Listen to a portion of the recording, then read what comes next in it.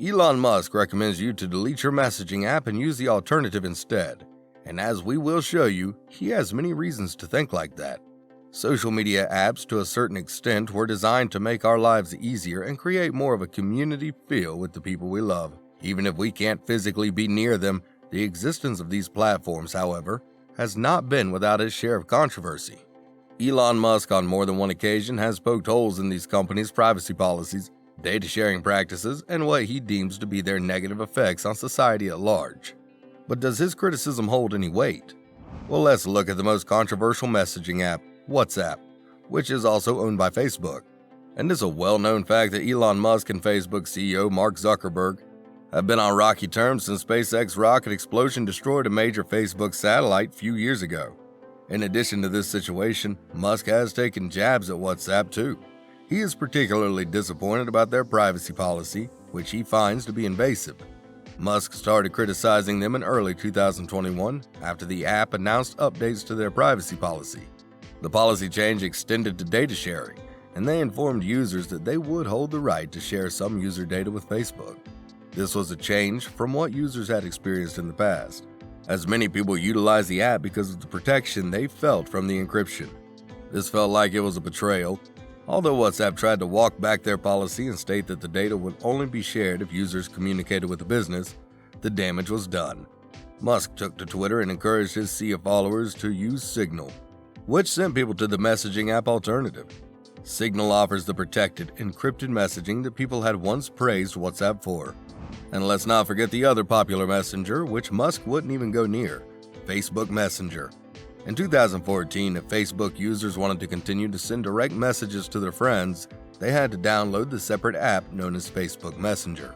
No longer was it one-stop shopping, which made people weary, and they had every right to be. When the hashtag Delete Facebook movement arose in 2018, in response to the Facebook Cambridge Analytica data scandal, it became a big problem for Facebook Messenger as well. In essence, reports surfaced to show how Facebook was mining data with the help of British consulting firm Cambridge Analytica. Users' profile information was harvested and studied, and based on their perceived leanings, targeted political ads would appear on their Facebook pages. As users questioned the safety of the platform, they turned their attention to Facebook Messenger. Because Messenger is not end-to-end encrypted, messages can be seen or intercepted by law enforcement, the government, or a person who knows how to hack into it. Nothing is private unless you are using the Secret Conversations feature, which not many people know about.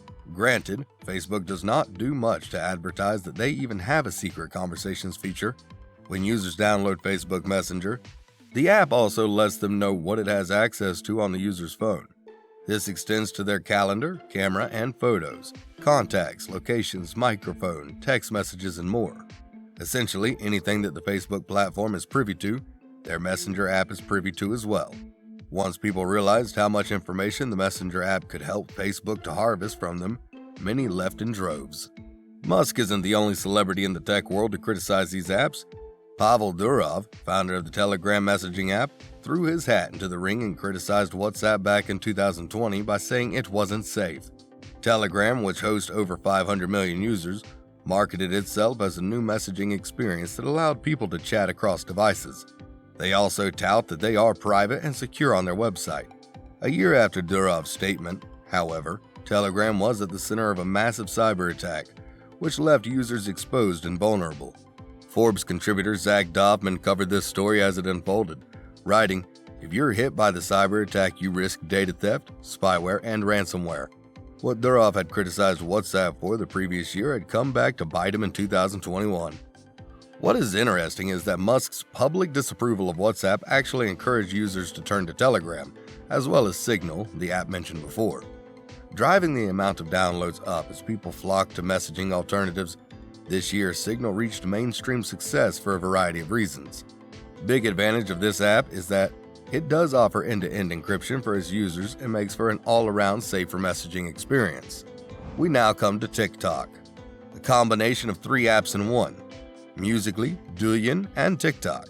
The platform has exploded since 2018, especially with the Gen Z crowd. On this platform, users can interact with other people's content via direct messaging, commenting, liking, and sharing.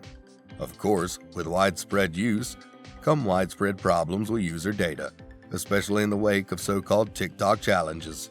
Simply put, users can start a trend on TikTok that escalates into a challenge or a call to action. Past challenges have included the risky milk crate challenge, in which people film themselves scaling stacked milk crates. In many instances, the person in the video would fall and sustain injuries.